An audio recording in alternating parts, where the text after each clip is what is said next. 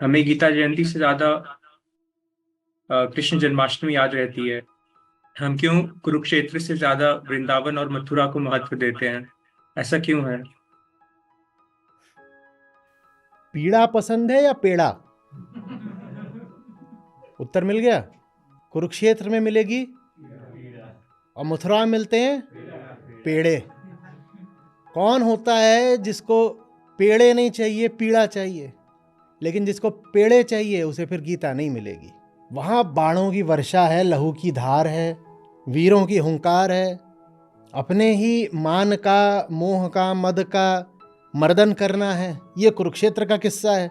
और वहां चले जाओ तो हाँ बढ़िया, बताओ भैया क्या खाना है, और ये मोटी मोटी तोंद वाले हलवाई बैठे हुए हैं। और कुरुक्षेत्र में ऐसे मोटी तोंद वाला दिखाई देगा कोई तुम्हें? वहां कुरुक्षेत्र में जैसे हैं वैसा होने के लिए भी बड़ी पीड़ा सहनी पड़ती है। अर्जुन को बोलते हैं महाबाहो, और हलवाई के बाहो कैसे होते हैं? उसके महा बस एक ही चीज होती है, तोंद। तो मजा तो इसको बड़ा करने में किसको मजा आता है? श्रम लगता है। जिसमें वीरता हो, हौसला हो, सत्य के लिए जूझ जाने की निष्ठा हो, कुरुक्षेत्र और गीता उनके लिए हैं। आत्मज्ञान के प्रकाश में अंधे कर्म सब त्याग दो, निराश हो निर्मम बनो, ताप रहित बस युद्ध हो। आत्मज्ञान के प्रकाश में अंधे कर्म सब त्याग दो, निराश हो निर्मम बनो, ताप रहित बस युद्ध हो। एक गांव था बीमारों का। वहाँ सबको बीमारी ये थी कि जो था वो उनको दिखाई देता था न सुनाई, और जो है ही नहीं वो उनको सुनाई भी देता था, दिखाई भी। तो वही होता था जो होना चाहिए। जहाँ पत्थर है वहाँ उनको पत्थर दिखाई नहीं देता था, तो जाते थे, भिड़ते थे, टकरा कर गिरते थे, घुटने फूटते थे। और जहाँ पेड़ है ही नहीं वहाँ उनको पेड़ दिखाई देता था, तो चढ़ने की कोशिश कर रहे हैं बहुत ज़ोर ज़ोर से। जो डाल है ही नहीं उस पर लटकने की कोशिश कर रहे हैं। जो तना है ही नहीं उसके पीछे छुपने की कोशिश कर रहे हैं कि कोई हमें देख नहीं रहा, और बड़े निश्चिंत होकर खड़े हैं। तो बड़े चोट में और दुख में इनकी ज़िंदगी बीत रही थी। कोई आवाज़ देकर बुलाए तो बगल में भी खड़ा हो इनको सुनाई न दे, और जिसने बुलाया ही नहीं उसके सामने जाकर कहें हाँ भाई बताओ क्यों इतनी देर से पुकार रहे हो। ये भी ठीक होता कि अगर इन्हें लगा है कि इनको राम ने पुकारा है तो ये राम के सामने जाकर के पूछें कि क्यों पुकार रहे हो। राम ने पुकारा नहीं, पर इनको ऐसा कल्पित हुआ कि राम ने पुकारा है, तो ये राम के सामने जाकर के पूछें। पर इनका ऐसा भी नहीं था, क्योंकि इन्हें न सिर्फ सुनाई नहीं देता था, इन्हें दिखाई भी तो नहीं देता था। तो जब इन्हें लगता था कि इन्हें राम ने आवाज़ दी है और राम ने आवाज़ दी ही नहीं है, तो तब ये श्याम के सामने जाकर कहते थे कहो राम हमें क्यों बुलाया। ऐसे इनकी ज़िंदगी कट रही थी, कट ही रही थी। सोच लीजिए कैसी रही होगी। वहाँ पर कहीं से एक ऋषि आ गए। उन्होंने प्रण किया था कि लोगों के बीच, ये जो साधारण समाज है इसके मध्य नहीं रहेंगे, पर उन तक उड़ती उड़ती बात पहुंची कि एक जगह है जहाँ के लोग एक विचित्र बीमारी से ग्रस्त हैं और बड़ा दुख पा रहे हैं। तो करुणावश वो देखने आ गए कि क्या हो रहा है। तो उन्होंने देखा ये सब तमाशा चल रहा है। उसी समय उनके सामने एक आदमी जाता है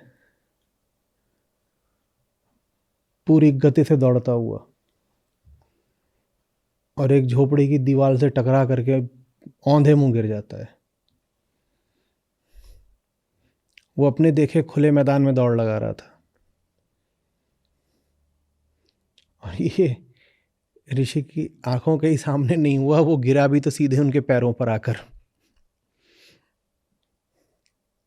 और गिरने के बाद कह रहा है पता नहीं कैसी माया है, जहां कुछ है नहीं वहां भी कुछ आ जाता है।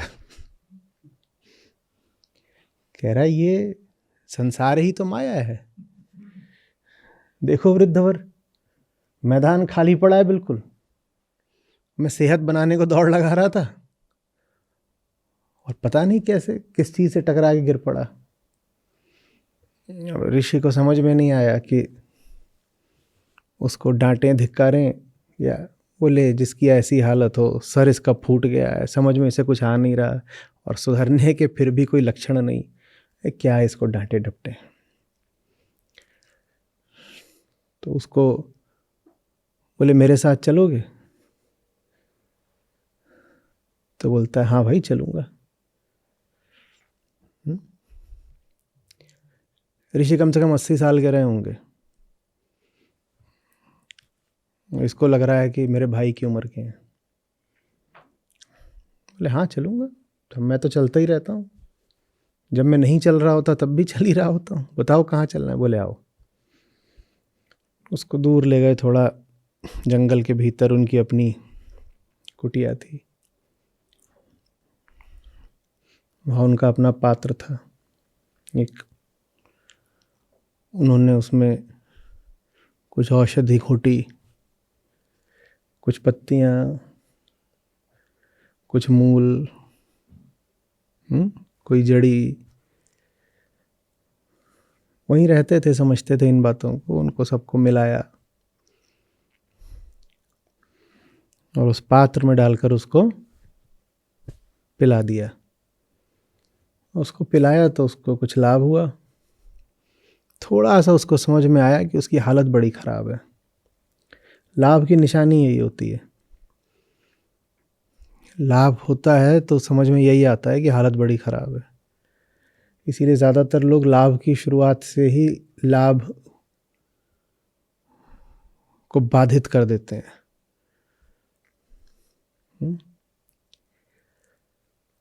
कहते हैं कि जितना लाभ होगा उतना यही पता चलेगा कि हम तो ख़राब हालत में हैं, और ये जानते हैं कि ख़राब हालत में है तो दुख होता है, तो हमें कोई लाभ वगैरह चाहिए ही नहीं।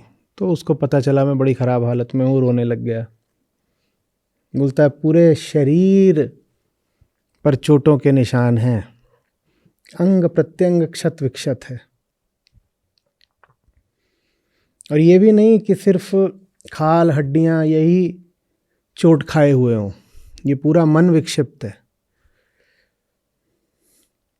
बस मुझे 2 पल के लिए ऐसा लगा भाई ऐसा है नहीं, मैं ठीक हूँ। ऋषि ने कहा चलो तुम्हें 2 पल के लिए भी ऐसा कुछ कौंधा तो वो भी लाभ की शुरुआत है। फिर कहा तुम चाहते हो कि कुछ बात आगे बढ़े? तो बोला हाँ। बोले रुकोगे यहाँ पर? बोला कहीं भी रुक जाएंगे, हमारा है क्या, ठोकरें खाते हैं, इसी का नाम ज़िंदगी है। और नए नए तरीके से ठोकरें खाते हैं, इसको हम एक नया दिन बोल देते हैं। ले दे के ढाक के 3 पात ठोकरें खा हम उसी तरीके से रहे हैं जैसे 20-30 साल पहले खा रहे थे। जैसे पूरी ज़िंदगी हमने गलतियां की हैं, उन्हीं गलतियों को दोहरा रहे हैं। तो रुके तो एक तरह से हुए ही हैं भाई। अब आप बोलोगे तो आपकी कुटिया में भी रुक जाएंगे। ऋषि ने कहा आप इतना सोचने लग गए, लाभ तो हो रहा है, ये तो तुमने बहुत गहराई की बात बोल दी, रुको। बोला रुके। वो रुक गया। ऋषि ने अगले दिन फिर उसको उसी पात्र में, उसका नाम उन्होंने दिया था सत्य पात्र। क्या नाम दिया था? सत्य पात्र। उन्होंने फिर उसको उसी सत्य पात्र में कुछ घोट घाट के कुछ पिलाया। फिर उसको थोड़ा लाभ हुआ। ऐसे ही 2-4 दिन। अब 2-4 दिन में इधर गांव में खबर फैल गई कि वो एक है, वो गायब है। और जैसे गांव वाले पहले उन्होंने आपस में मंत्रणा की, उनमें सहमति ही ना बने कि गायब है कि नहीं। वो एक दूसरे का मुंह देखें, कहीं तुम ही तो वो हो, तुम गायब कहाँ हो। और जिस पे इल्ज़ाम लग जाए कि तुम ही वो हो जो गायब हुआ है, वो बेचारा फिर किसी तरह अपनी बेगुनाही सिद्ध करे, नहीं मैं वो नहीं हूँ। तो इसमें सर फुटअव्वल हुई, जूतियम पैजार, मारपीट, जो जो हो सकता था हुआ। ऐसे करके हफ्ते भर में सभा इस निष्कर्ष पर पहुंची कि बंदा सचमुच गायब है। तो ये फिर खोज में निकले। ऐसे लोग जिन्हें अपना पता नहीं, वो अक्सर दूसरों की खोज में ज़्यादा निकलते हैं। तो ये खोज में निकले। खोज क्या रहे थे? भटक रहे थे। भटकते भटकते जंगल में घुस गए। जंगल में घुस गए तो आफत में पड़ गए। ऐसों का क्या होगा जंगल में? जहाँ जंगल नहीं भी होता वहाँ भी इनके लिए जंगल है, वहाँ भी आफत है, तो जंगल में क्या होगा? तो जंगल में कहीं अजगर है, कहीं शेर, तेंदुआ, उस समय डकैत तो कैत। तो ऐसे ही एक दिन कहीं फंसे हुए थे कि एक तरफ डकैत खड़ा है, एक तरफ शेर खड़ा है। तभी कोई ताकतवर सा आदमी आता है और उनको किसी तरह बचा के ले जाता है। और बचा के ले जाता है कहाँ? वहीं ऋषि की कुटिया में। तो ये कहते हैं भाई भाई बड़ा आपका धन्यवाद, आपने हमको बचा दिया, नहीं तो आज वो भैंसा तो हमें मार ही डालता। बोले वो भैंसा नहीं था, वो अजगर था।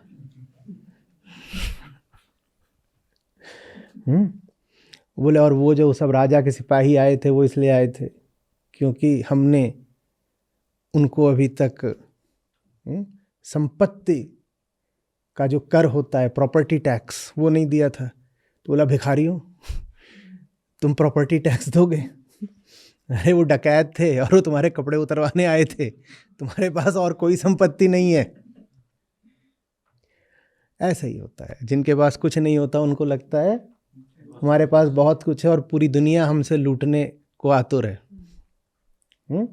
और कौन दुश्मन है सचमुच ये नहीं पता लगता है, और काल्पनिक दुश्मनों के पीछे हम पड़े रहते हैं।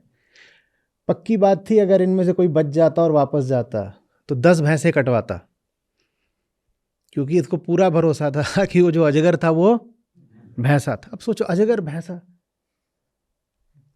पता नहीं वो कौन सा गांव था। शायद उसको जगतपुर बोलते हैं। तो वो उनको वहाँ पे लेता है, कुछ थोड़ा बहुत खाना पानी देता है। तभी उनमें से किसी एक के प्रज्ञा चक्षु खुलते हैं, न जाने कैसे बोलता है ये बंदा देखा हुआ है। बोलता है ये तो वही हफ्ता 10 दिन पहले गायब हुआ था। पर वो तो मूर्खों में महामूर्ख था, वो तो हमारा भी सरताज था। ये इतना तेज कैसे हो गया कि हमको वो भैंसे से और सिपाहियों से बचा कर ले आया? तो ये आपस में एक दूसरे को बड़ा ताज्जुब व्यक्त करते हैं, देख देख के हा करके, ये देखो ये कैसा हो गया। तो तभी दरवाज़ा खुलता है कुटिया का, ऋषि आ जाते हैं, कहीं गए होंगे। तो ऋषि देखते हैं भीड़ खड़ी हुई है, उसको ध्यान नहीं देते हैं, बोलते हैं वक्त हो रहा है तुम्हारी दवाई का। तो वो युवक आके चुपचाप ज़मीन पर बैठ जाता है। ऋषि उस पात्र को लेते हैं, घुटाई करते हैं, मिलाई करते हैं, छनाई करते हैं और उस युवक को पिला देते हैं। और ये जो भीड़ आई है ये बिल्कुल विस्मित आंखों से ये सब देख रही है, ये क्या चल रहा है। उन्होंने ये भी देखा कि ये जो युवक है कैसा हो चुका है, ये तो ज़बरदस्त सा हो चुका है, इसकी अकल भी आ गई है और बल भी आ गया है। ये 2 चीज़ें एक साथ संसार में पाई नहीं जाती आमतौर पे।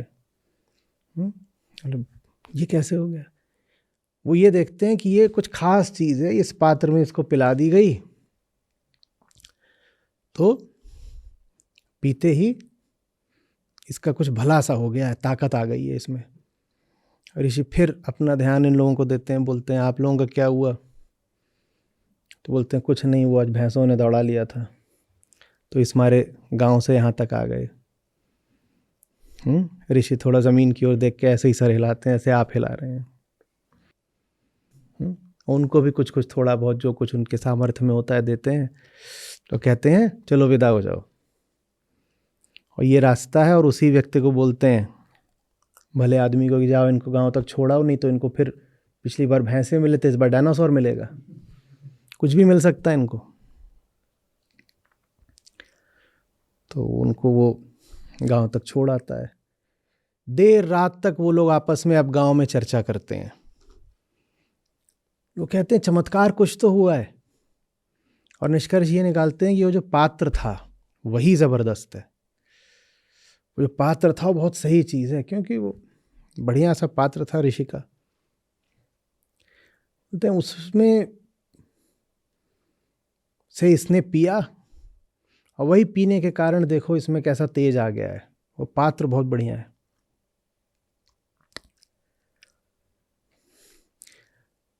इनको तो यहाँ छोड़ दिया गया है, उसके आगे का ये कुछ देख ही नहीं पाए, अनुमान लगा रहे हैं बस, इनको तो इनके गांव छोड़ दिया गया है।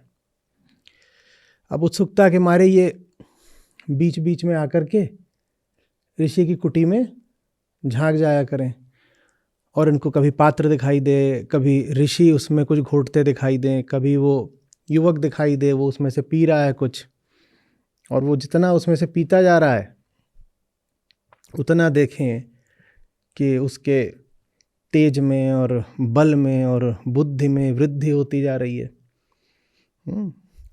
और जैसे ही ये झांका झांकी कर रहे हैं, इन पे निगाह पड़े तो ये सट से भाग जाए वहाँ से।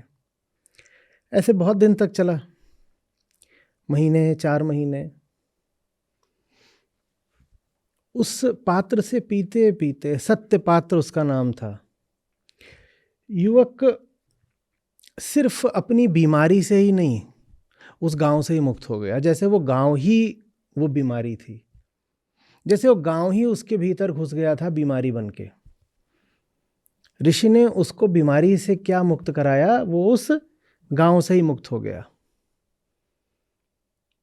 जब उसको हुआ कि वो लगभग पूरी तरह ठीक हो गया है, तो उसने ऋषि को नमन करके कहा आज्ञा दीजिए मैं जा रहा हूं। ऋषि ने कहा ठीक, जाओ, जो चाहते हो तथास्तु। और वो ऋषि की कुटी के द्वार से निकला और गांव से बिल्कुल विपरीत किसी दिशा में चला गया। कहते हैं इस जगतपुर के बिल्कुल विपरीत घने जंगल को पार करके एक और गांव था अमरपुर, वो उस दिशा निकल गया। उस गांव तक पहुंचना बड़ा मुश्किल था, रास्ते में ये पूरा जंगल था। लेकिन अब इसने जंगलों से निपटने का तरीका ही सीख लिया था। ये बोला सीधा रास्ता है जगतपुर का, लेकिन वहां लौट के नहीं जाऊंगा, वो गांव नहीं है, वो बीमारी है, वही बीमारी मुझ में प्रवेश कर गई थी। मैं तो खाली हूं, मुझ में मेरा गांव घुसा हुआ था, वापस जाऊंगा ये गांव फिर घुसेगा, मुझे जाने दो। वो घने जंगल का खतरा उठाकर अमरपुर की ओर निकल गया। ऋषि वृद्ध हो चुके थे। कुछ समय पश्चात उनकी मृत्यु हो गई। जब बहुत दिनों तक ऋषि का कुछ पता नहीं चला और वो युवक भी कुछ कहीं दिखाई नहीं दिया, तो ताका झांकी की अपनी आदत। गांव वाले आए, कुटिया में झांकने लगे, वहां पाया न युवक है न ऋषि है। युवक भी मुक्त हो चुका था और ऋषि भी मुक्त हो चुके थे। कुटिया में उनको कोई नहीं मिला, लेकिन वो पात्र मिला। कौन सा पात्र? सत्य पात्र। सत्य पात्र। वो प्रसन्न हो गए, बोले असली चीज तो मिल गई, सत्य पात्र मिल गया। उस पात्र को उठा करके वो अपने गांव ले आए। उस पात्र को अपने गांव ले आए। उन्होंने पात्र ही देखा था, पात्र में क्या है ये तो देखा ही नहीं था। उस पात्र में उन्होंने वही सब डाल करके खाना पीना शुरू कर दिया जो वो हमेशा से खाते पीते आए थे। उनका अपना आहार था भाई। उन्होंने वही सब चीजें ली, उस पात्र में डाली, वही पुराना माल सत्य पात्र में डालकर खाया और अपने आप को समझाया कि आनंद आ गया, अद्भुत अलौकिक तृप्ति मिली है, और एक दूसरे के मुंह को देख करके बोलने लगे, क्या तेज फूट रहा है तुम्हारे मुंह से। बस बीच में थोड़ी सी गड़बड़ हो गई। वहां कोई सुरेंद्र नाम का रहा होगा, तो महेंद्र ने सुरेंद्र को संबोधित करके कहा, सुरेंद्र तुम्हारा चेहरा एक अलौकिक आभा से दैदीप्यमान हो रहा है। सुरेंद्र तुम्हें इतना तेजोमय तो मैंने कभी नहीं देखा। ये मैं बीच की एक झलक दे रहा हूं उनके मध्य जो वार्ता हुई है उससे। तो सुरेंद्र पीछे से बोलता है, वो मेरा कुत्ता है जिससे बात कर रहे हो, और इतना तेज तुम्हें उधर दिखाई दे रहा है, कहीं चाट मत लेना उसका मुंह। तो इस तरीके की वार्ताएं बहुत आम थीं गांव वालों के बीच, और जब से उन्हें सत्य पात्र मिला वो और ज्यादा आम हो गई। वो सत्य पात्र से कुछ भी खाते पीते और एक दूसरे को बधाइयां देते, बोलते क्या अनुपम सौंदर्य टपक रहा है तेरे मुंह से। उधर से आवाज आती, रामकली तेरे जैसी सुंदरी नहीं हुई आज तक। पीछे से लठ पड़ता, रामकली बोल रही हो मेरी भैंस है, क्या इरादे हैं। तो ये सब होने लग गया, लेकिन उन सब गांव वालों ने एक दूसरे को आश्वस्त कर दिया कि उस पात्र में कुछ बहुत चमत्कारिक जरूर है। चमत्कारिक ना होता तो वो सब ऐसे कैसे महान हो जाते। उन्होंने अपने नाम भी एकदम महानता के रखने शुरू कर दिए। किसी का नाम क्या है, किसी का नाम हो गया पार ब्रह्म, एक का नाम आत्माराम। इससे नीचे अब उन्होंने नाम ही नहीं रखे। बोले ये इतना जबरदस्त पात्र मिला है, और इस पात्र की दैवीयता का प्रमाण हम देख चुके हैं ऋषि की कुटी में। वो पीता था और इतना जबरदस्त हो गया कि जा करके भैंसा बना मजगर से हमको छुड़ा लाया था। तो पात्र तो अलौकिक है ही, और जब हम अलौकिक पात्र से पी रहे हैं तो हम भी तो वही हो गए ना। तो कोई नहीं जिसके नाम में ब्रह्म नहीं, आत्मा नहीं, राम नहीं, कृष्ण नहीं, साक्षित्व नहीं, दैवीयता नहीं। गांव में जितने थे सब देवी देवता हो गए अपनी अपनी नजर में। वो आज भी उसी पात्र से पी रहे हैं, खा भी रहे हैं। वो कभी उसमें सूखी रोटी डालते हैं, कभी बासी चावल डालते हैं, कभी सड़ी दाल डालते हैं, जली हुई सब्जी, कच्ची दाल, गले हुए चावल, ये सब वो सत्य पात्र में डालते जाते हैं और खाते जाते हैं, और कहते हैं हमारी परंपरा यही है, ये हमारी विशिष्ट परंपरा है, ये सत्य पात्र हमारी विशिष्ट परंपरा है। महान परंपरा हमारी, हमारे पुरखों की परंपरा। और ये परंपरा झूठी नहीं है, हमारे पास प्रमाण है। कहो गांव वालों, सबने देखा था ना। सब एक स्वर में उत्तर देते हैं, हाँ हम सब ने देखा था कि कैसे एक साधारण सा युवक, साधारण ही नहीं मूर्ख, अति औसत, बुद्धिहीन, जाकर के उस दिन हमें डकैतों और अजगर सबसे एक साथ बचा करके लाया था। ये इस पात्र की अलौकिकता का प्रमाण है। हाथ कंगन को आरसी क्या देखा है अपनी आंखों से, इंद्रियगत प्रमाण हमारे सामने। कहते हैं सब इस पात्र का कमाल था। आओ बेटा आओ। वो उस पात्र में डाल के शराब भी पी लेते हैं। कई बार तो जब कुछ डालने को नहीं होता तो उस खाली पात्र को ही पूजना शुरू कर देते हैं।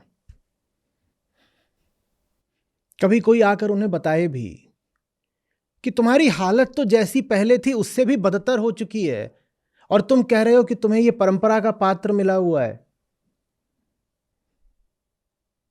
तो तुम्हें लाभ क्या हुआ फिर इससे। वो कहते हैं ये जो व्यक्ति है ये परंपरा द्रोही है, ये हमें हमारी संस्कृति से अलग कर देना चाहता है। हमारी महान संस्कृति है, हमारे पुरखों से मिला हुआ ये सत्य पात्र जो हमें हमारे विशेष ऋषि ने दिया था। वो उस पात्र को नमन कर रहे हैं, उसी पात्र को पूज रहे हैं। वो पात्र अगर कभी टूट जा रहा है तो उसके जैसा ही दूसरा निर्मित कर ले रहे हैं। उस पात्र में उन्होंने तरह तरह की कलाकारी, चित्रकारी कर दी है। अब तो धीरे धीरे वो उस पात्र को किसी को छूने भी नहीं देते, उसको किसी ऊंची जगह पर प्रतिष्ठापित कर दिया। उसके आसपास फूल मालाएं और अगरबत्तियां रहती हैं और एक पुजारी नियुक्त हो गया है, वो दिन रात उसको पूजा करता है। बस सुना है कि प्रस्ताव है कि वहां वो उसके लिए एक बड़ा भारी देवालय बनाने वाले हैं, एक बहुत विस्तृत पूजा स्थल बनेगा जहां उस पात्र की पूजा की जाएगी। बस जिसने उस पात्र के भीतर अमृत दिया वो भी मुक्त, जिसने अमृत पिया वो अमृत पीकर मुक्त। बाकी सब खाली पात्र का ढोल बजा रहे हैं और उसको अपनी परंपरा बता रहे हैं। समझ में आ रही है बात? और जो लोग ऐसा कह रहे हैं वो अपनी दृष्टि में बिल्कुल ठीक ही कह रहे हैं, क्योंकि उन्होंने आंखों देखी घटना, दर्शन किया, उन्होंने स्वयं देखा था। हाँ, ऐसा हुआ तो था। हाँ, बिल्कुल ऐसा हुआ तो था। तुमने उतना ही देखा ना जितना तुम्हारी आंखों को दिखा। तुमने बाहर बाहर की बात देखी, तुमने पात्र देखा।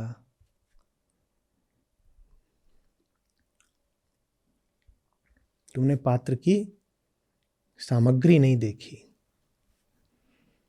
न देखी न चखी। बस दूर से ऐसे तुमने झांक करके कि वहां इन दो के मध्य कुछ चल रहा है, उन दो के मध्य कुछ चल रहा है। जैसे कृष्ण और अर्जुन के बीच कुछ चल रहा हो और संजय देख रहे हो, वैसे ही तुमने खिड़की से झांक के देखा, उन दो के मध्य कुछ चल रहा है। जो चल रहा है तुम उसमें बस क्या देख पाए? जो बाहरी कोश था, जो परिधि थी, तुम बस वो देख पाए। लेकिन तुम्हें अपने ऊपर भरोसा बहुत है, आत्मविश्वास में भर के तुम क्या कह रहे हो? हमने तो देखा। ठीक वैसे ही जैसे संजय ने देखा और ठीक वैसे जैसे धृतराष्ट्र को सुनाया गया। गीता अर्जुन ने भी सुनी और गीता तो धृतराष्ट्र ने भी सुनी। धृतराष्ट्र का कल्याण हो गया क्या? हो गया क्या? आज भी आप उस गांव चले जाइए, वहां वो अपने आप को अब नाम ही दे चुके हैं पात्र से जोड़कर। आप उससे पूछोगे तुम कौन हो, तो कहेंगे हम पात्रवादी हैं। उन्होंने एक नया समुदाय ही बना लिया है। क्या? पात्रवादी। ये अलग बात है कि पात्रता उनमें से किसी में, पर सब के सब पात्रवादी हैं।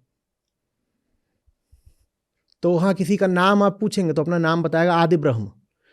कहेंगे अच्छा ये आपका नाम है, कुल नाम पात्रवादी। क्या जबरदस्त नाम है। आपके सामने कोई आए और अपना नाम बताए आदि ब्रह्म पात्रवादी, आप नाम ही सुन के प्रभावित हो जाए।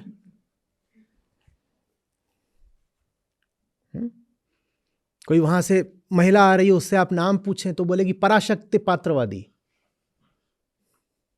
आधे तो नाम सुन के ही ढेर हो जाए। क्या नाम है? पराशक्ति पात्रवादी। बस इतना है कि पात्रता किसी में नहीं है, पात्र सबके पास है। पात्र पूजा जा रहा है, पात्र सबके। और पात्र से जोड़ करके इतने दिनों में उन्होंने बहुत सारे मिथक तैयार कर लिए हैं, कहानियां, जनश्रुतियां, लेजेंड्स, एनेक्डोट्स खूब तैयार कर लिए। दंत कथाएं, लोक कथाएं। अब वो ये भी नहीं कहते कि हमने बस देखा था कि ऋषि ने पात्र में कुछ पिलाया और उससे उस युवक को फायदा हुआ, और फिर बाद में 2-4 बार हमने खिड़की से झांक के भी देखा था उस युवक को उस पात्र से कुछ ग्रहण करते हुए। अब वो कहते हैं कि हमने ये भी देखा था कि कैसे वो जो पात्र है एक दिन आकाश से उतरा था, और कौन से देवता उस पात्र को लेके आए थे, और नीचे कैसे ऋषि ने उस पात्र को आशीर्वाद की तरह स्वीकार किया था, और ऋषि ने दायित्व उठाया था कि अब से ये जो हमारा गांव है, वो कहते हैं हमारा गांव बड़ा विशेष है, ये पात्र मात्र हमारे ही गांव में उतरा है, पूरे जगत में, पूरे विश्व में ये पात्र किसी और को उपलब्ध नहीं है, ये जो हमारा गांव है यही खास है, यहीं पर देवताओं ने कृपा करी है। तो कह रहे हैं ऋषि ने उस दिन प्रण किया था कि जो जगतपुर गांव है इस पर मैं पात्र के आशीर्वाद की वर्षा करूंगा। ये बात है, बोल रहे हैं ये। और वो कहते हैं ये बात भी हमने देखी थी। पूछो आप में से किसने देखी थी? बोलते हैं मैंने नहीं, उसने, वो जो पराशक्ति घूम रही है उसके परदादा ने देखी थी।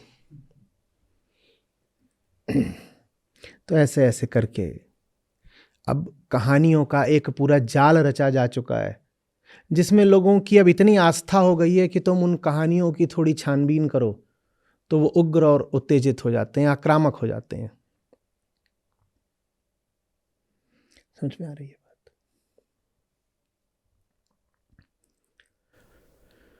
दूसरी ओर श्री कृष्ण है,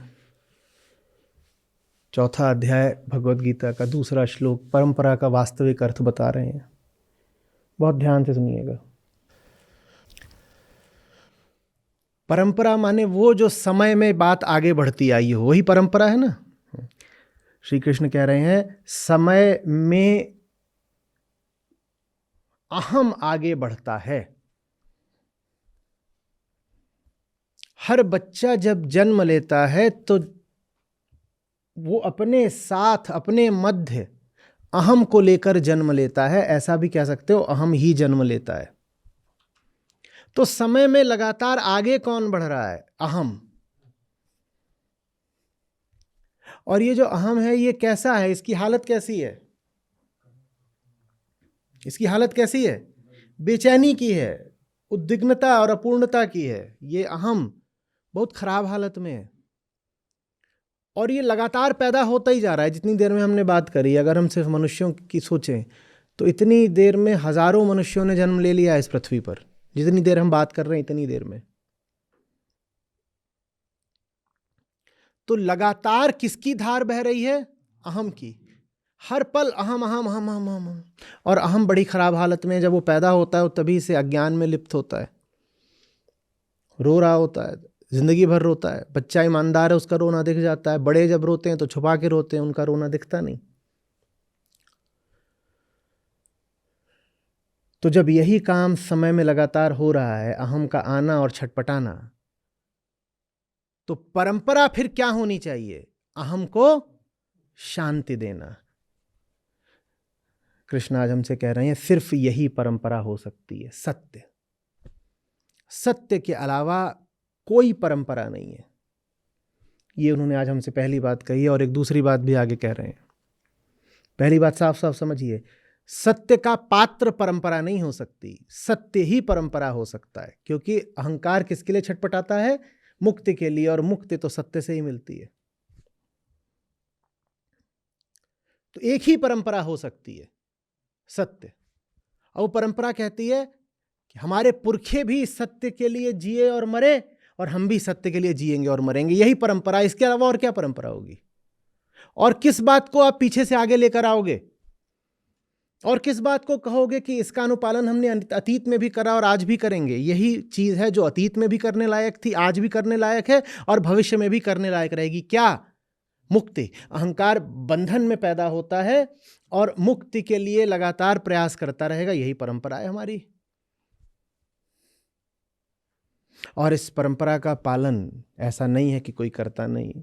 वो युवक जिस देश की ओर बढ़ गया था, अमरपुर, वहां यही परंपरा चलती है। उनसे पूछो कि अपनी प्रथा परंपरा कुछ बताओ, अपने पुरखों की कुछ बताओ, क्या वसीयत है, क्या विरासत है? तो वो बस एक बात बोलते हैं, सत्य। बोलते हैं अतीत से बस हमने सत्य लिया है।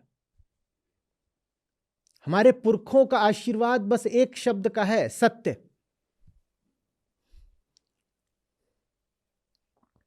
अपने पूर्वजों से बस हमें एक भेंट मिली है, सत्य, और बाकी ना उन्होंने दिया ना हमने लिया। ये अमरपुर की बात है। सत्य के अलावा हमारे पूर्वजों ने ना हमें कुछ दिया है ना हमने कुछ लिया है। सत्य के अलावा बाकी जो कुछ है वो समय की धूल है। हमारे पूर्वज हमें वो क्यों देना चाहेंगे? कौन है जो अपने बच्चों को धूल सौंप कर जाना चाहता है? और कौन सा मूर्ख बच्चा होगा जो अतीत की धूल का उत्तराधिकारी बनना चाहेगा? ना हमारे पुरखे हमें धूल देते ना हम लेते, पर ऐसा होता बस कहाँ है? अमरपुर में। जगतपुर में कुछ और चलता है। जगतपुर में तो यही चलता है, ये रहा पात्र। पात्र के भीतर क्या है किसी को कुछ पता नहीं। एक पीढ़ी दूसरी पीढ़ी को बस क्या सौंपे जा रही है? पात्र। श्री कृष्ण हमसे आज कह रहे हैं कि परंपरा से जो मेरी बात चली आ रही है, उसके बाद आगे बोला है राजा ऋषि विद्वान, राजा ऋषि विद्वान इसी परंपरा को आगे बढ़ाते रहे हैं। कौन सी परंपरा? मेरी बात की परंपरा। कौन सी परंपरा? गीता की परंपरा। श्री कृष्ण कह रहे हैं मेरी बात ही परंपरा है, उसके अलावा किसी परंपरा का सम्मान करने की कोई जरूरत नहीं। पार्थ, एकमात्र परंपरा क्या है? कृष्ण का वचन। उसके अलावा कोई परंपरा किसी अर्थ किसी मूल्य की नहीं है। तो ये जो पहली बात श्री कृष्ण ने कही वो समझ लो अमरपुर की हो गई। एक ही परंपरा, परंपरा नहीं दूजी, बस एक परंपरा। क्या परंपरा? परम ही हमारी परंपरा है। परम माने जो उच्चतम है उसको ही परम बोलते हैं। परम ही हमारी परंपरा, उसके अलावा हम बाकी सबको अतीत की राख मानते हैं, कोई लेना देना नहीं। एकमात्र परंपरा कौन है? परम मात्र। श्री कृष्ण कह रहे हैं परंपरा की जो मेरी बात है, ऋषि विद्वान इसको जानते रहे।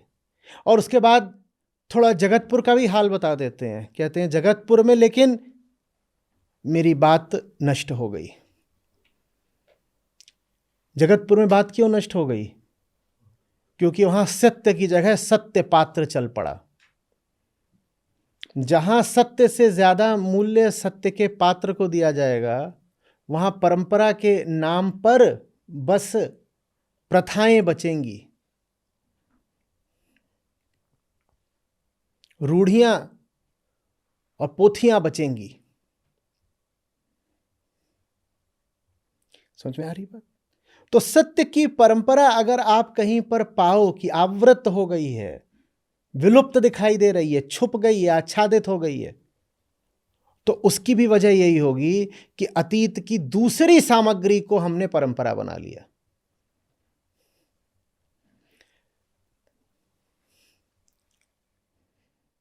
या तो सत्य को बना लो अपनी परंपरा, या चाहो तो समाज को बना लो, संसार को बना लो, सामग्री को बना लो, और दोनों एक साथ नहीं चल सकते। और श्री कृष्ण ने एक ही श्लोक में दोनों की बात कर दी। श्री कृष्ण बोले ऐसा भी हुआ है कि मेरी बात परंपरा रूप से ऋषियों ने, राजाओं ने, बलियों ने आगे बढ़ाई है, और ऐसा भी हुआ है जैसा अभी हो रहा है पार्थ, कि मेरी बात अभी लुप्त हो गई है। ये दोनों एक साथ नहीं चलेंगे। जैसे संतों ने कहा है ना कि रवि रजनी एक धाम नहीं पाए जाते, वैसे ये दोनों एक साथ नहीं चलेंगे। परंपरा या तो परम की होगी, या परंपरा के नाम पर प्रथा चलेगी।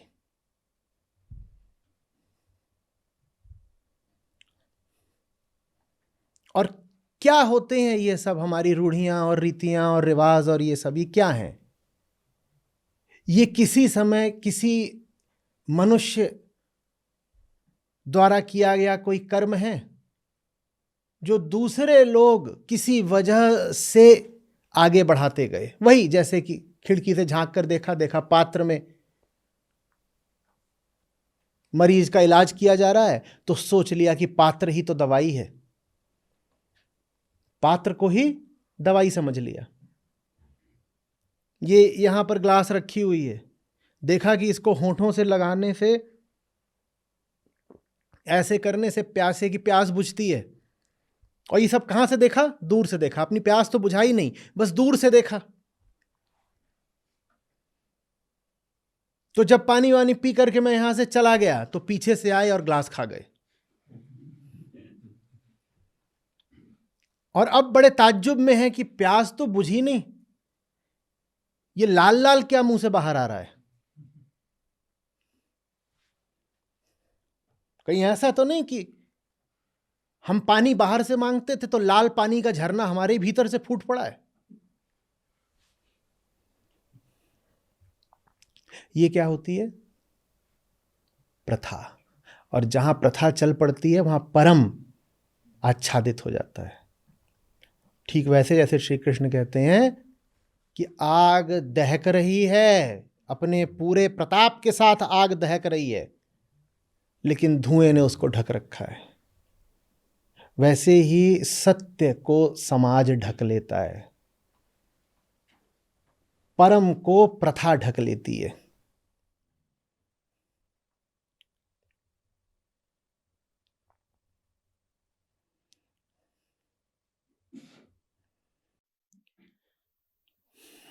स्पष्ट हो रही है बात? लोग पूछते हैं ना कि अतीत से कैसा रिश्ता रखें। कई बार मुझसे भी कहते हैं कि आप क्या चाहते हो, हम अतीत से बिल्कुल संबंध विच्छेद कर लें? नहीं, बिल्कुल भी नहीं। अतीत से तो रिश्ता रखना है। कैसा रिश्ता रखना है? श्री कृष्ण ने आज समझा दिया। अतीत से सत्य का रिश्ता रखना है। अतीत से सत्य का रिश्ता रखना है। ऋषि ने उस युवक को सत्य पात्र में सत्य दिया था। वो सत्य चाहिए मुझे अतीत से। पात्र तो बदलते रहते हैं, मुझे मेरे अतीत से वो सत्य चाहिए जो ऋषि ने उस युवक को दिया था। ये मेरा अतीत से रिश्ता है। और मैं पूजा करूंगा अपने अतीत की जब तक अतीत से सत्य ले रहा हूं। लेकिन जिन पात्रों में सत्य दिया गया वो तिथिबाह्य हो चुके हैं, उनकी आज कोई उपयोगिता नहीं, अप्रासंगिक है वो। ये मूर्खता है कि मैं उन पात्रों की पूजा करता फिरूं। और जब पात्रों की पूजा की जाती है तो उससे हमारे मनचलेपन को बड़ा सहारा मिल जाता है, क्योंकि पात्र तो अतीत से हो सकता है। उस पात्र में सामग्री आज आप अपने मन और अपनी वृत्ति के अनुसार कुछ भी डाल सकते हैं। पुरातन सत्य पात्र में आधुनिक पिज्जा डालकर खा सकते हैं, कौन रोकेगा आपको? और क्या यही नहीं होता है? देखो अपने त्योहार हम कैसे मनाते हैं। पात्र पुराना होता है, डला उसमें क्या होता है? पिज्जा डला होता है।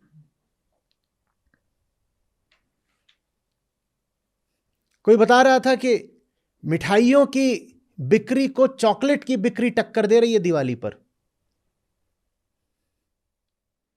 सत्य पात्र पुराना है, उसके भीतर आधुनिक अब चॉकलेट आ गई। कोई कंपनी है जो अपनी चॉकलेट्स को मार्केट ही यही बोल के कर रही है कि अरे मिठाई वगैरह बेकार की बात है, ये लो चॉकलेट खिलाया करो एक दूसरे को दिवाली पर। और कोई कंपनी है जो एक दूसरे को बोल रही है, अरे लोगों को बता रही है कि अरे ये क्या तुम पानी वगैरह पिया करते हो खाने के साथ? न पानी चाहिए न नींबू पानी चाहिए, खाने के साथ तुमको बुलबुलों वाला शीतल पेय चाहिए, फिजी ड्रिंक। और खास तौर पर होली दिवाली के आसपास उस प्रकार के शीतल पेय की और चॉकलेट की बिक्री बहुत बढ़ जाती है।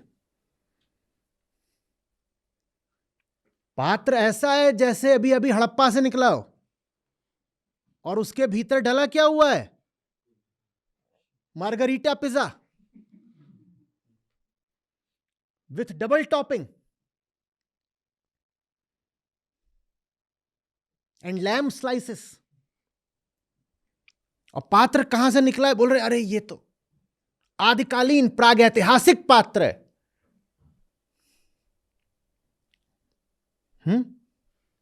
तो उसमें पिज्जा डाल के काहे को खा रहे हो? पात्र से हमारे मनचलेपन को बड़ा संबल मिल जाता है।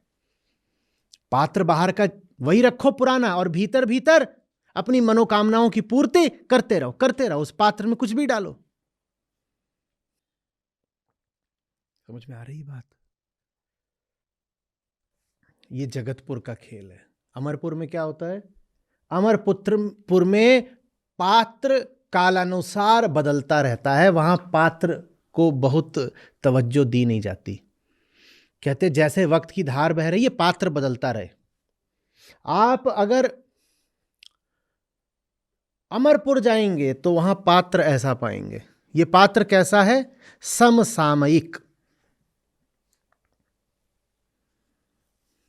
समसामयिक, कंटेम्परेरी। वहां पात्र ऐसा मिलेगा। आप कहोगे यहां तो कुछ बहुत ही आज के समय का काम चल रहा है, लेकिन उस पात्र के भीतर वस्तु कौन सी मिलेगी? वही वस्तु जो ऋषि ने दी थी उस युवक को बहुत पहले। ये अमरपुर में हो रहा है कि वहां पात्र आज का है और वस्तु कालातीत है। वहां जो पात्र है वो कालानुकूल है और वस्तु कालातीत है। ये लिखो, ये अमरपुर की निशानी है।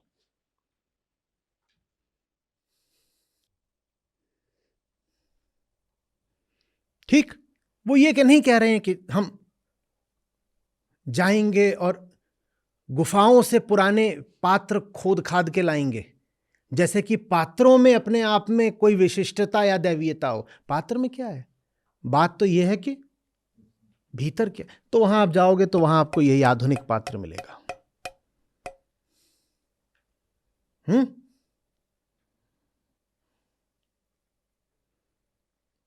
आज का अधुना शब्द बहुत बढ़िया है संस्कृत का। अधुना माने अभी, आज, आधुनिक। ये कालानुकूल मिलेगा और ये कालातीत मिलेगा, काल से आगे का। काल बदलता रहे, जो भीतर की सामग्री है वो वही रहेगी। इसी को तो नित्यता बोलते हैं ना। यही तो नित्यता है, सत्य की पहचान, वो नहीं बदलता। और अगर जगतपुर में जाओगे तो वहां क्या पाओगे? वहां पाओगे पात्र वैसे ही है बिल्कुल। हाँ, वहां कहां से लाए? बोले मोहनजोदड़ो से लाए हैं।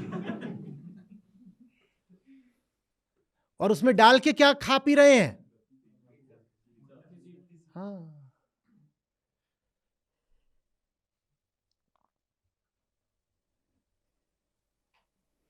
बहुत आदिकालीन पात्र है और उसके भीतर बताओ जो तुम्हें चाहिए, पास्ता, पैटी, पिज्जा, वो सब उसके भीतर है। ये अमरपुर और जगतपुर का अंतर है। अब आप देख लो कि आप अमरपुर में रहते हो कि जगतपुर में। इतना ही नहीं है, जगतपुर वाले अमरपुर वालों पे बड़ी लानत भेजते हैं। बोलते इनको देख लो, इन्होंने मॉडर्निटी के पीछे अपनी संस्कृति त्याग दी। देखो इन्होंने क्या किया, इनका पात्र देखो। ये दूसरे देशों के गुलाम हो गए, इनका पात्र देखो, ज्यादा ही आधुनिक बन गए ये। कहते हमको देखो, खरा हड़प्पा।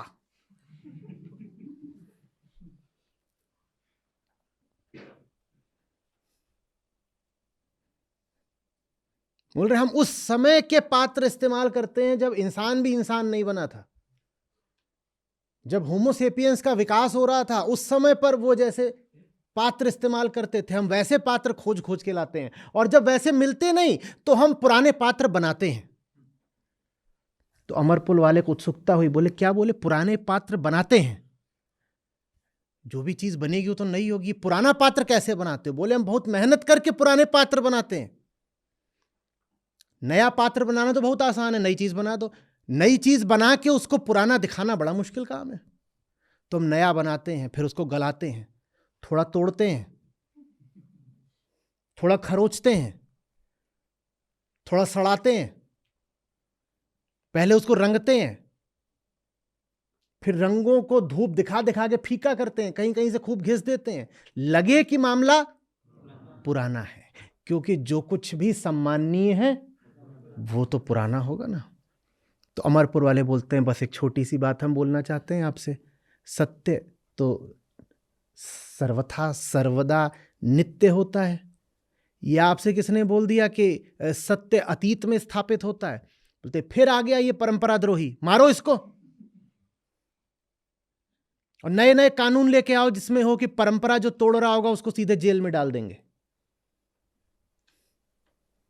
तो अमरपुर वालों ने तय कराया कि ये जगतपुर से भैया दूर ही दूर रहना। और इतना ही नहीं, जगतपुर से जिसके भी थोड़ी बुद्धि ठीक होने लगती है वो भगी जाता है। कहाँ को? अमरपुर को। बोलता है भागो।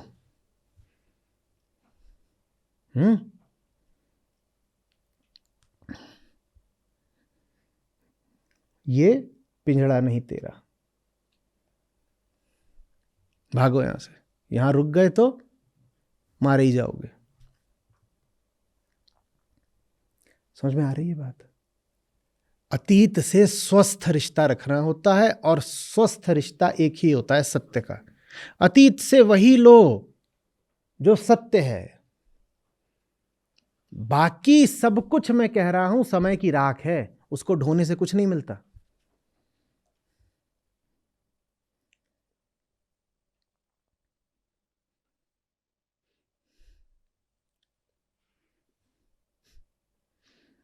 ऋषि ने प्रयास करा जगतपुर जाने का, पर ऋषि तो ऋषि हैं, उन्हें अच्छे से पता है कि पात्र के भीतर जो परम है, मूल्य उसका है, पात्र का नहीं। उन्हें यह भी पता है कि ये जो वस्त्र होते हैं ये हमारा पात्र होते हैं, सबसे बाहरी पात्र हैं ये कपड़े, उसके बाहरी पात्र है ये काया। तो उन्होंने बहुत मूल्य नहीं दिया पात्र को, माने अपने वस्त्रों को। तो जैसा समय है उसी के अनुसार वो वेश धर करके जगतपुर पहुंच गए। बोले आओ, मैं तुमको वही सत्य दूंगा जो कृष्ण ने दिया था, और चौथे अध्याय के दूसरे श्लोक में जिसकी बात कर रहे हैं कृष्ण, आओ मैं तुमको वही ज्ञान दूंगा, वही अमर सत्य बताऊंगा। तो क्या किया जगतपुर वालों ने? जगतपुर वाले आ गया पाखंडी कहीं का। अगर ये असली ऋषि होता तो ये मोहनजोदड़ो के वस्त्रों में नजर आता। बोले बताते हम तुम्हें असली ऋषि कैसा होता है, वो देखो वहां वो घूम रहा है। वहां उन्होंने देखा कि एक घूम रहा था, उसने बहुत मेहनत कर करके अपने आप को मोहनजोदड़ो जैसा बनाया था। बाप रे, कितनी तो मेहनत लगती होगी ऐसा वेश बनाने में। दिन के 2 घंटे लगते होंगे बस वेश ही धारण करने में। अब प्रश्न यह आता है, जब दिन के 2 घंटे तुम ये वेश धारण करने में लगाते हो तो चिंतन मनन ध्यान ये सब कब करते हो? ये वेश देख के पूछा भी तो करो कि इतना वेश बनाने में ही बाबा जी ब्यूटिशियन आपका ले लेता होगा 6 घंटा कम से कम। तो बाकी काम कब करते हो? असली काम कब करते हो जिंदगी के?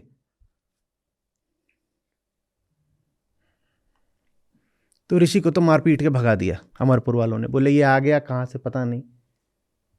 ऐसे होते हैं ऋषि। ऋषि कैसे होते हैं? वैसे। जगतपुर की पहचान यही कि उसे मतलब सिर्फ किससे है? पात्र से, खोल से, छिलके से, बार्क से। छिलके के भीतर के रस से उसको कोई मतलब नहीं, वो उसका ग्राहक ही नहीं, वो उसकी परख ही नहीं जानता। जो रस की, आत्मा की परख न जाने, उसी को कहते हैं जगतपुर का वासी, जगतवासी। संसार माने छिलका। जो छिलकों में जिए उसको संसारी कहते हैं।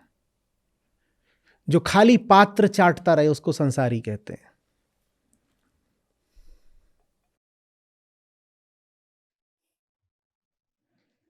सत्य को कभी भी नहीं कहना है कि मिट गया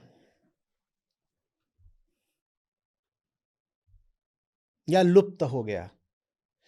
सत्य के साथ, सत्य माने आत्मा, सत्य के साथ हमेशा जिस शब्द का आप प्रयोग करेंगे या इनसे मिलते जुलते शब्द आप खोज लेंगे, वो है आवृत हो गया, ऑब्फस्केट हो गया, ढक गया, कंसील्ड, आच्छादित।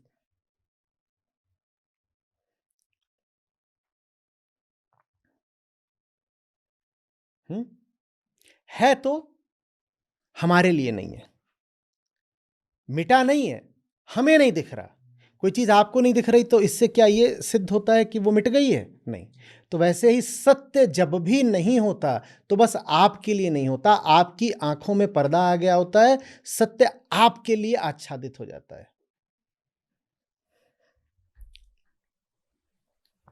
जैसे कहते हैं मेघों से पृथ्वी आच्छादित हो गई तो सूर्य होते हुए भी नहीं था। और मेघ तो बड़ा भारी उदाहरण हो गए। और एक छोटा उदाहरण ले लो, ये आच्छादन का नहीं है, ये एक प्रकार से विपर्यय का है कि एक छोटा सा कण धूल का आकर आंख में पड़ गया और अब पहाड़ छुप गया। पहाड़ क्या, सूरज ही छुप गया। इतना छोटा सा कण धूल का आंख में पड़ गया और उतने से कण ने पहाड़, सागर, पृथ्वी, पूरा ब्रह्मांड, सूर्य, सारे सब छुपा दिया। सत्य के साथ ये होता है। सत्य अगर नहीं है तो दृष्टा की आंख के लिए नहीं है। एब्सोल्यूट सेंस में तो सत्य है ही, मात्र सत्य ही है। तो कहां चला जाएगा? जिसके अलावा किसी की हस्ती नहीं, वो खो कैसे जाएगा? जब श्री कृष्ण कह रहे हैं कि वो जो ज्ञान है, वो जो योग है, वो इस काल में नष्ट हो गया है परंतप अर्जुन, तो इसका मतलब ये नहीं है कि वो ज्ञान नष्ट हो गया। इसका मतलब है कि इस युग में वो लोग नहीं हैं जिनके लिए वो ज्ञान प्रकट हो पाए। अर्जुन के लिए भी वो ज्ञान कब प्रकट हो पाया? जब श्री कृष्ण ने समझाया। ये जो समझा रहे हैं ना श्री कृष्ण लगातार, यही वो दिव्य दृष्टि है जो अर्जुन को देते हैं। वो आपको ऐसा लगेगा किसी एक अध्याय में दी जा रही है, किन्हीं कुछ श्लोकों में दी जा रही है। वो दिव्य दृष्टि किसी एक श्लोक की बात नहीं है, वो एक प्रकरण नहीं है, वो एक प्रक्रिया है। वो 700 श्लोकों की पूरी निरंतर प्रक्रिया है। ये मत सोचिएगा कि अर्जुन को किसी विशिष्ट अध्याय में ही दिव्य दृष्टि दे दी गई। हर अध्याय के हर श्लोक में अर्जुन को दिव्य दृष्टि ही दी जा रही है। जहां कहीं भी अर्जुन से जो कुछ बोला जा रहा है वो अर्जुन के प्रज्ञा चक्षुओं को खोलने का ही कार्यक्रम है। सत्य है, सत्य को देखने वाली आंख नहीं होती। वो आंख चूंकि विशिष्ट होती है, इसीलिए कई बार हम उसको तीसरी आंख बोल देते हैं। तो जब श्री कृष्ण कह रहे हैं कि इस लोक में, इस काल में वो जो ज्ञान है वो नहीं है, तो इसका मतलब ये है कि इस काल में कुछ और आ गया है। हमने क्या कहा, कौन सी दो चीजें एक साथ नहीं चलती? परम और प्रथा एक साथ नहीं चलते। इस लोक में शायद अर्जुन प्रथाएं बहुत हावी हो गई हैं। जब प्रथाएं बहुत हावी हो जाती हैं तो सत्य, जब समाज का राज हो जाता है तो सत्य छिप जाता है।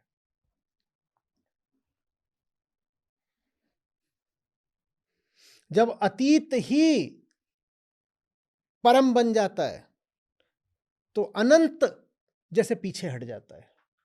कहता है अब अतीत का राज है, अतीत को ही राज करने दो, लो तुम कर लो राज, मैं पीछे हट जाता हूं। कहीं चला नहीं गया, बस वो कहीं जा ही नहीं सकता, क्योंकि उसको कहीं जाने की जगह ही नहीं है बेचारे को। जहां देखो वही वही है, जो हर जगह हो बेचारा कहां जाएगा कि मैं हट रहा हूं, छुपूंगा? छुपेगा हट कैसे? समझ में आ रही है बात? प्रथा, परंपरा, ये सब किसने बनाए? हमने। समाज माने हम, और हम माने अहम। और अहम और आत्मा एक साथ चल सकते हैं क्या? जब अहम और आत्मा एक साथ नहीं चल सकते, और अहम का ही निर्माण है प्रथाएं और परंपराएं, तो प्रथाएं, परंपराएं और आत्मा एक साथ चल सकते हैं क्या? बस यही बात है, सीधी सीधी।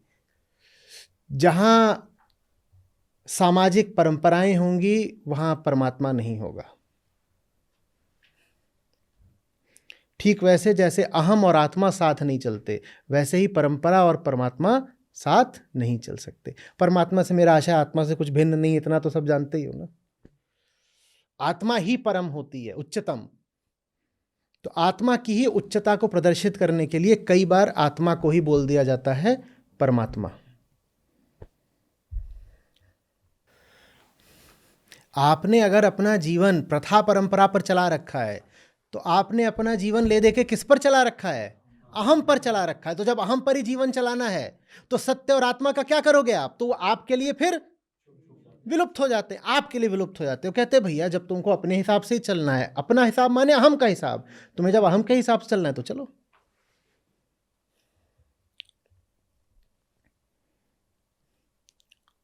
संत पूछते हैं ना, साधो रे दुई जगदीश कहाँ से आया? ये भी पूछते हैं कि एक म्यान में दो तलवार।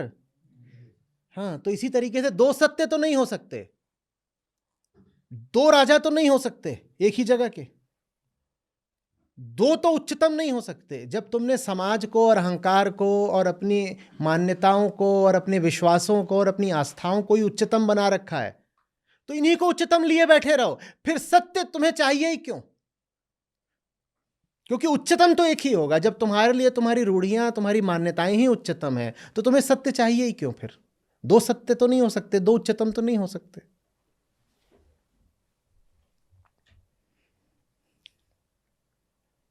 जिनका किस्से कहानियों कथाओं में बहुत विश्वास है, कृष्ण उनके लिए नहीं है। कहानियां और कृष्ण साथ साथ नहीं चलते, क्योंकि कहानियां किससे आती हैं? अहम से, और कृष्ण माने आत्मा। जैसे अहम और आत्मा एक साथ नहीं चल सकते, उसी तरह कहानियां और कृष्ण एक साथ नहीं चल सकते।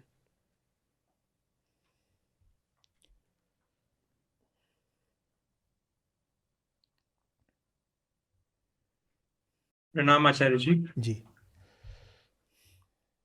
आचार्य जी, आपने समझाया है कि कहानी वाले श्री कृष्ण और गीताकार कृष्ण एक साथ नहीं चलते, पर हमने तो बचपन से ही कहानियों वाले श्री कृष्ण को ही जाना है। अभी भी हमें श्री कृष्ण के नाम पर बस कहानियां ही मिलती हैं। हमें गीता जयंती से ज्यादा कृष्ण जन्माष्टमी याद रहती है। हम क्यों कुरुक्षेत्र से ज्यादा वृंदावन और मथुरा को महत्व देते हैं? ऐसा क्यों है? पीड़ा पसंद है या पेड़ा? उत्तर मिल गया। कुरुक्षेत्र में मिलेगी और मथुरा में मिलते हैं पेड़े। कौन होता है जिसको पेड़े नहीं चाहिए, पीड़ा चाहिए? लेकिन जिसको पेड़े चाहिए उसे फिर गीता नहीं मिलेगी। अरे वहां बाणों की वर्षा है, लहू की धार है, वीरों की हुंकार है। अपने ही मान का, मोह का, मद का मर्दन करना है, ये कुरुक्षेत्र का किस्सा है।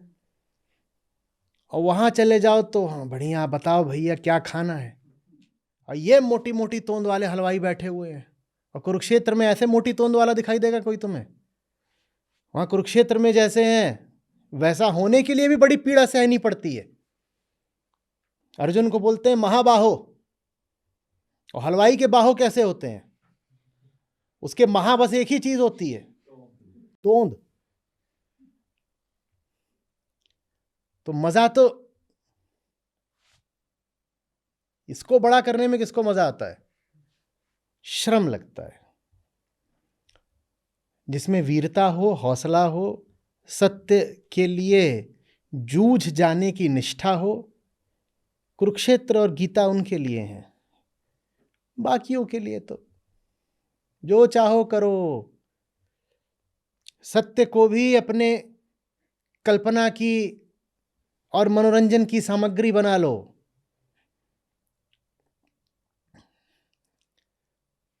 जिसका चाहो उसका अपमान कर लो, सत्य का, राम का, कृष्ण का, सबका अपमान करो।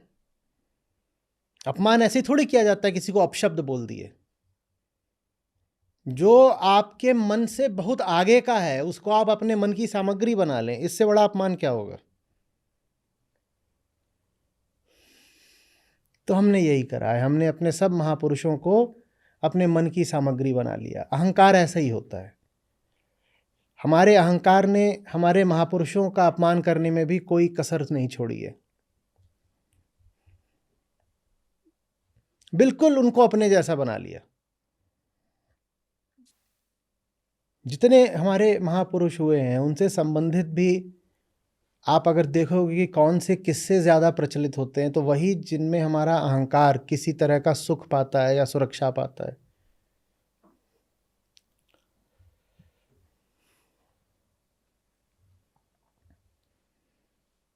जो चीज़ें हमारी कामनाओं की पूर्ति करती हैं उनको हम अपने अवतारों में भी ढूंढ लेते हैं और फिर कहते हैं अवतारों ने भी तो ऐसा करा ना, तो हम भी करेंगे।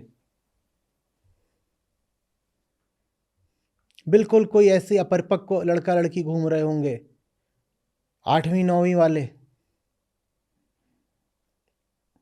और कहीं वो सवाल भेज देंगे, मैं कहूँगा कि तुम ये क्या कर रहे हो, तुम्हें तो प्रेम का अर्थ भी नहीं पता। तो चिहुक जाते हैं, बोलते हैं राधा कृष्ण ने भी तो प्रेम करा था, हमने कथा खूब सुनी है, आप कौन होते हो हमारे प्रेम पे आपत्ति करने वाले। अपनी सुविधा अनुसार हमें कृष्ण का भी उपयोग करना है ना। जो जो कुछ हमारी इंद्रियों को अच्छा लगता है वो सब कुछ हमने अपने अवतारों पर भी आरोपित कर दिया। अच्छा स्वाद, उसका संबंध जोड़ दिया अवतार के साथ। अच्छा स्वाद माने कौन सा? मीठा, मीठा स्वाद। इसी तरीके से मैं कहूँ कि कभी देखा है कि ये जो दूध की पूरी प्रक्रिया है आज इसमें कितनी हिंसा हो गई है, तो कहेंगे कि श्री कृष्ण भी तो दूध दही, आप हमें कैसे मना कर रहे हो। जितनी हमारे स्वार्थ की चीजें हैं हमने सबका संबंध महापुरुषों के साथ जोड़ दिया।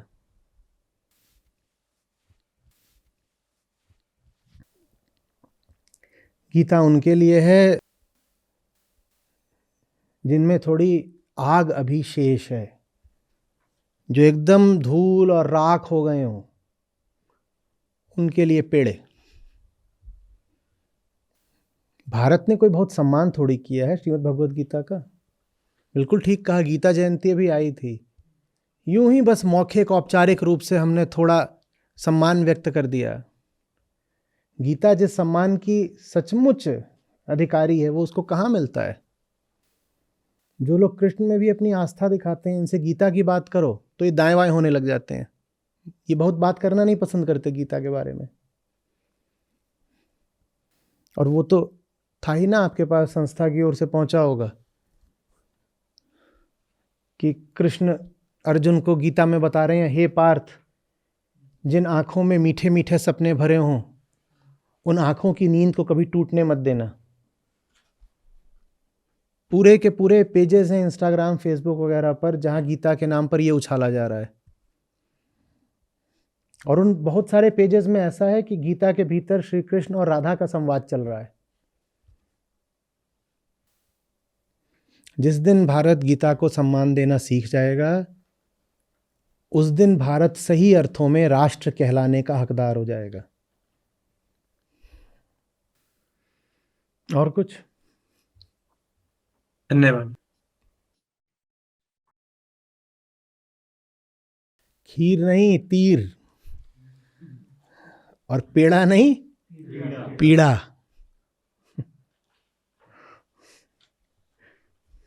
नमस्कार आचार्य जी, आवाज आ रही है? आ रही। अच्छा आचार्य जी, आपने जो पात्र की आज कहानी सुनाई उसमें ना तो ऋषि ने और ना ही उस युवक ने जगतपुर के लोगों को बताया कि पात्र में बनी दवा के द्वारा उस युवक का उपचार हो पाया। तो क्या हम समझें कि ये जो पात्र पूजने की परंपरा शुरू हुई वो एक सत्य केंद्रित कम्युनिकेशन गैप आ जाने के कारण ही आगे बढ़ती गई, या फिर जगतपुर के लोग ही ऐसे हैं कि उन्हें पात्र पूजने में ही रस मिलता है इसलिए वो ज्ञानियों और ऋषियों की बात इग्नोर करते हैं? सारी ही बातें हैं और सारी बातों का केंद्र एक ही है। ये युवक कहाँ मिला था ऋषि को? जंगल में थोड़ी मिला था, ना अमरपुर में मिला था। कहानी में भी ऋषि आए थे ना, ऋषि खुद आए थे गांव तक, जगतपुर तक। ये भी तो हो सकता था कि वहां जितने लोग थे सब ऋषि के पांव पकड़ लेते कि हम बड़े दुख में हैं, हम उल्टा पुल्टा देखते हैं, सुनते हैं, कहीं जाके भिड़ते हैं, बड़ी दयनीय स्थिति है, बचाइए। कोई आया नहीं। ऋषि तो अपनी ओर से स्वयं उतरे थे, कह सकते हो अवतरित हुए थे, पर कोई आया ही नहीं उनको सुनने। वो जो एक मिला वो भी आ नहीं रहा था। वो भी आधे संयोग की बात है कि वहीं पे लड़खड़ा के गिरा, उन्हीं के सामने जाके क्या करा था उसने कि दौड़ता जा रहा था कि खुले मैदान पे जरा जॉगिंग कर रहा हूं, और जाके दीवार में घुस गया था। तो ऋषि उसको उठा लाए, वरना ऋषि तो पहुंच गए थे, मैं उपलब्ध हूं, आई एम अवेलेबल। अब और क्या करे, लोगों को उनके घरों से उखाड़ उखाड़ के लाए। एक दिख गया वहां सामने, सोचो जा रहा है पूरा दौड़ता हुआ धड़ाम से जाके, तो उसको उठा लिया, अच्छा भाई तू चल, तो उसको ले गए। उसके बाद भी जहां ले गए वहां क्या उन्होंने कुछ भी गुप्त रखा? क्या गुप्त? ये ढूंढते ढांढते गांव वाले सब आई गए थे, वो अजगर और भैंसा वाला जब उनका कांड हुआ था, वो सब कहाँ आ गए थे? सीधे ऋषि की कुटी के अंदर ही आ गए थे। वहां भी उन्होंने ऋषि से कहा क्या कि जैसे आपने इस युवक को बल से और बुद्धि से भर दिया है, हमें भी अपनी शरण ले लीजिए। उन्होंने तब भी नहीं कहा। उसके बाद भी वो आते रहे, क्या करने? जासूसी करने आते थे, और बाहर खिड़की से झिर्री से झांक के चले जाते थे कि ये क्या पिलाया जा रहा है। उसको दिखाई क्या देता था? बस पात्र। तब भी उन्होंने ये नहीं किया कि सीधे द्वार खटखटाएं और ऋषि से आग्रह ही कर लें कि आप जो कुछ भी इसको पिला रहे हो उसका राज हमें भी बता दो, हमारी भी हालत इसके ही जैसी है। तो इतने सारे अवसर तो मिले थे। अब जगतपुर के लोगों को चाहिए नहीं अवसर, तो कोई क्या करे। और युवक क्यों निकल गया अमरपुर की ओर? क्योंकि वो जगतपुर से ही आया था, वो जानता था वहां लोग कैसे हैं। वो ये भी जानता था कि इनको अभी अभी तो बचा के लाया हूं, उन लोगों से कुछ संबंध था तभी तो गया था। जब उनको वो डकैत और अजगर लीले ले रहे थे तो उन्हें बचाने कौन गया था? युवक ही तो बचाने गया था। जगतपुर। युवक ही तो बचाने गया था, पर युवक बचाने भी जा रहा है तो वो कहाँ कुछ सुन रहे हैं, ना सुधर रहे हैं। तो उसने कहा तुम्हारा भी जब वक्त आएगा तो तुम्हें भी कोई ऋषि मिल जाएगा। अभी के लिए तुमको पर्याप्त अवसर दिए जा चुके हैं और अवसर खत्म नहीं हुए हैं, लेकिन अवसर भुनाना है, ये चुनाव तुम्हें ही करना पड़ेगा। जिस दिन तुम चुनाव कर लोगे उस दिन कोई ऋषि तुमको कहीं ना कहीं से मिल ही जाएगा। जगतपुर और अमरपुर में बस चुनाव का अंतर होता है। गलत चुनोगे तो जगतपुर है, सही चुनोगे तो अमरपुर है। जगत भी जैसे एक तरह का लोकतंत्र है। तुम चुनते हो तुम्हें क्या चाहिए। तो आचार्य जी, क्या हम ये समझे कि जो जगतपुर के लोग हैं उन्हें पात्र को ही पूजने में रस मिलता है इसलिए, या फिर?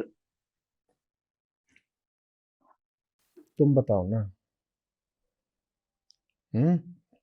अमरपुर से हो, जगतपुर से हो, कहाँ से हो? जगतपुर से ही है। तो जगतपुर का हाल बताओ ना। जगतपुर की बात ऐसे क्यों कर रहे हो जैसे कोई दूसरा दूर का देश हो? तुम बताओ कि क्यों फंसे हुए हो पात्र में, अपना बता दो बस। वही जगतपुर की बात है।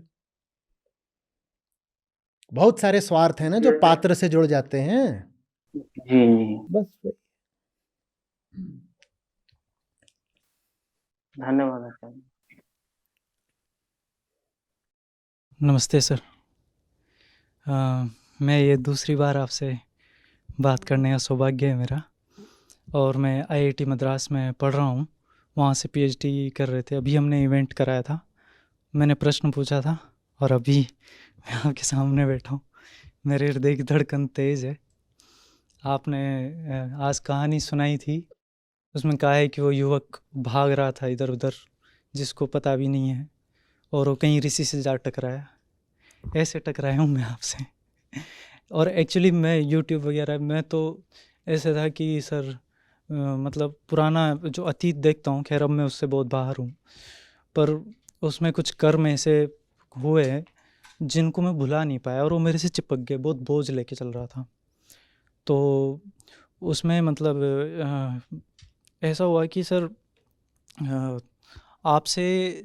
आपसे जब मुलाकात, आपसे मैं यूट्यूब वगैरह सब कुछ भूल गया। मतलब मेरे अंदर इतना वो खुद के प्रति घृणा उठती थी कि मुझे जब आखिरकार पीएचडी के लिए आईआईटी मद्रास मिला, मुझसे एक्सेप्ट ही नहीं हुआ, और वो एक्सेप्ट नहीं हुआ, और मुझे ऐसा लगता था कि मैं मृत्यु का ही इंतज़ार कर रहा हूँ बस। पर फिर बहुत चेंजेज हैं सर अभी तो, और कुछ एक चेंजेज हैं। मैं मांसाहारी रहा हूँ बचपन से ही, वो मैंने छोड़ दिया। और ये जो इतना कुछ मैं हमेशा ही मृत्यु के बारे में ही सोचा है, वो मैंने छोड़ दिया। मैंने आपकी कई सारी बुक्स पढ़ी हैं और मैं विचार बहुत करता हूँ। मैंने आपसे प्रश्न भी यही पूछा था लास्ट टाइम कि मैं ओवर थिंकिंग बहुत कर रहा हूँ, लेकिन मुझे समझ भी आ रहा है कि धीरे धीरे शायद मैं सही रास्ते ही जा रहा हूँ, कि प्रयास ही ज़रूरी है। तो प्रश्न नहीं है, चेन्नई से आया हूँ, सीधा घर जाना था छुट्टी लेके, पहले यहाँ आया हूँ, अब कल जाऊँगा घर। स्वागत स्वागत। प्रणाम स्वीकार बहुत करें बस।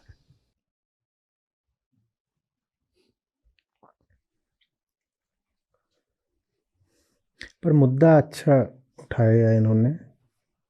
किस किस को ऐसा है कि पुराने कुछ कर्म हैं और उनसे न पिंड छूट रहा न पीछा? किसका किसका ऐसा है?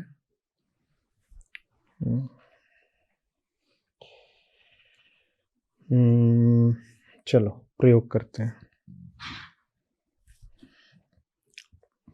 थोड़ा सा थॉट एक्सपेरिमेंट करना पड़ेगा, क्योंकि जो पूरा प्रयोग है उसके लिए मेरे पास संसाधन नहीं है। ये लोहे का है, ठीक, ये भी लोहे का है। कुछ बातें मान रहे हैं बस। Let these be 2 iron pieces. ये लोहे का है, ठीक है। मैं इस पर ऐसे लोहे का ही ऐसे वायर एक लपेट दूं, और इधर जाके एक लगा दिया, इधर जाके एक लगा दिया, इसमें से मैंने इलेक्ट्रिसिटी फ्लो पैदा कर दिया। जैसे ही ऐसा करूंगा तो ये क्या बन जाएगा? इलेक्ट्रोमैग्नेट बन जाएगा। ये इलेक्ट्रोमैग्नेट है और मैंने इस पर वायर लपेट दिया है, वायर लपेट दिया है, और ये उसका स्विच है। अब ये क्या करेगा? ये इसको जाकर के चिपक जाएगा, इसको आके चिपक गया है, और ये बहुत पावरफुल इलेक्ट्रोमैग्नेट है, ठीक है। 1000 वोल्ट्स करंट्स, चिपक गया है। मैं कैसे छुड़ाऊं? पकड़ के जान लगाऊं? पकड़ूंगा तो क्या होगा? और चिपक जाऊंगा। जो चिपका तो चिपका है, मैं ही और चिपक जाऊंगा। छुड़ाने का क्या तरीका है?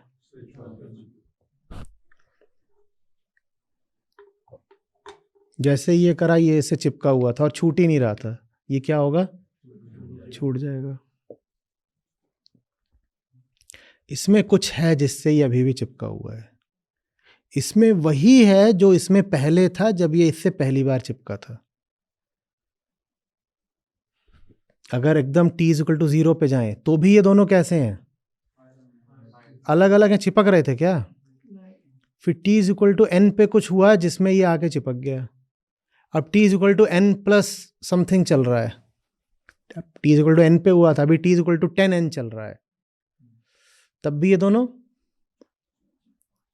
इसका मतलब t=10n पर भी कंडीशन वही है जो t=n पे थी ना। हम t=0 वाली कंडीशन कर दें तो क्या होगा?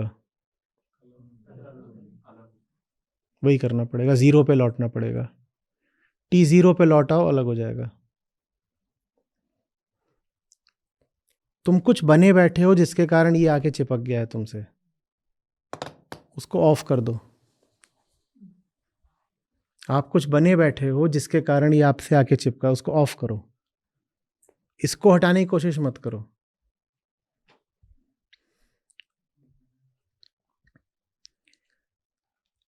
और जब तक आप वही हो जिससे वो चिपका था, वो आगे भी चिपका ही रहेगा।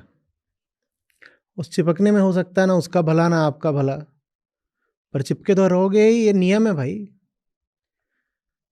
गुण का, पदार्थ का नियम है, वो चिपकेगा। आप उसको कैसे अलग कर लोगे? आपके भीतर ये जो करंट धार प्रवाहित हो रही है, आपको इसको ही रोकना पड़ेगा। इसी ने आपको मैग्नेट बना दिया है। गुड़ मक्खी का चिपकना नहीं रोक सकता, क्योंकि गुड़ की मिठास गुड़ से अभेद है। आप ये नहीं कर सकते कि गुड़ है पर मीठा नहीं है। गुड़ को गुड़ की मिठास से पृथक नहीं करा जा सकता। लेकिन आपको अज्ञान से पृथक करा जा सकता है, आप अज्ञान से अभेद नहीं हैं। तो गुड़ कुछ नहीं कर सकता, गुड़ बेबस है। अगर उससे आकर के मक्खी चिपक गई है, गुड़ क्या करेगा? अगर गुड़ है तो मिठास रहेगी, लेकिन मनुष्य है तो अज्ञान रहेगा, ये अनिवार्य नहीं है। उसके लिए इलेक्ट्रोमैग्नेट का स्विच ऑफ करो, t=0 पे वापस लौटो। t=0 माने आपकी मूल स्थिति, जो आप सचमुच हो, जो समय की शुरुआत से पहले आप थे, t=0, वहां वापस लौट जाओ। जो कुछ भी आपसे चिपक गया है सब झड़ जाएगा।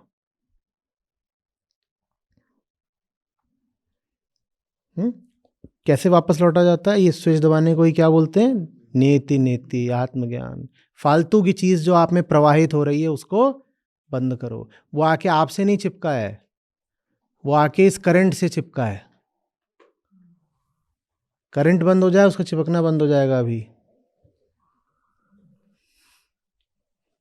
समझ में आ रही बात? ये एक उसमें खतरा बहुत भारी होता है। बहुत समय तक करंट बहता रहा तो ये क्या बन जाएगा? फिर करंट बंद भी कर दोगे तो वो चिपका ही रहेगा। कृष्ण इसको क्या बोलते हैं? Point of no return. इससे पहले कि इसका मैग्नेटिज्म परमानेंट हो जाए, भैया बंद कर दो। नहीं तो बाद में कोई मिल भी गया बंद करने वाला तो भी तुम मैग्नेट अब बन गए।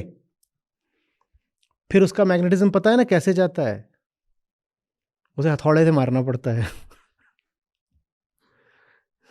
उसका जो भीतर पूरा अलाइनमेंट हो गया है, वो तोड़ने के लिए उसको एक्सटर्नल एनर्जी देनी पड़ती है, तब जाके उसका अलाइनमेंट खराब।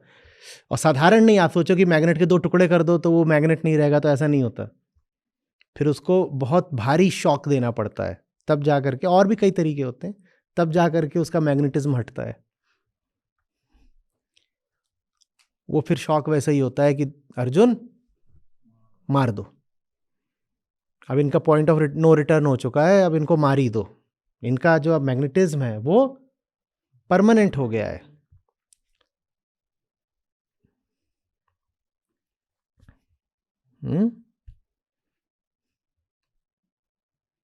सब झड़ गया,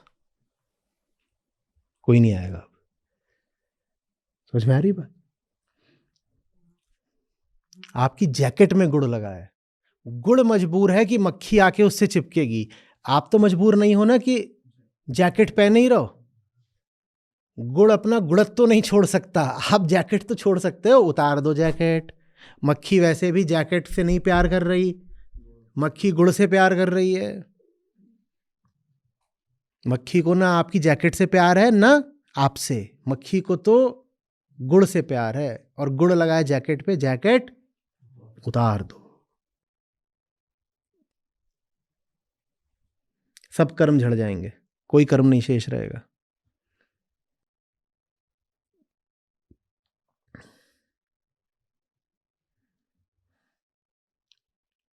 हरी बात समझ में? सत्य में रख श्रद्धा पार, नमित करके अहंकार, गीता की गुण करके वार, आमुक्त हो भव बंध कार। सत्य में रख श्रद्धा पार, नमित करके अहंकार, गीता की गुण करके वार, आमुक्त हो भव बंध कार। अहंकार में, अंधकार में, अज्ञान में मति भ्रष्ट है, कल उन्हें क्या कष्ट हो, वो आज ही जब नष्ट है। अहंकार में, अंधकार में, अज्ञान में मति भ्रष्ट है, कल उन्हें क्या कष्ट हो, वो आज ही जब नष्ट है।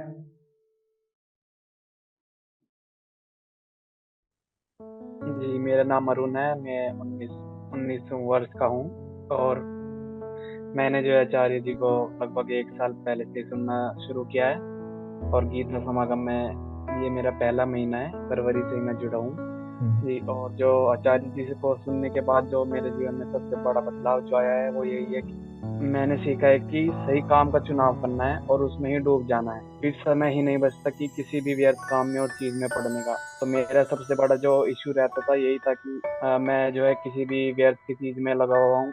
और आचार्य जी को सुनने के बाद ही मुझे जो है वीगनिज्म के बारे में पता लगा।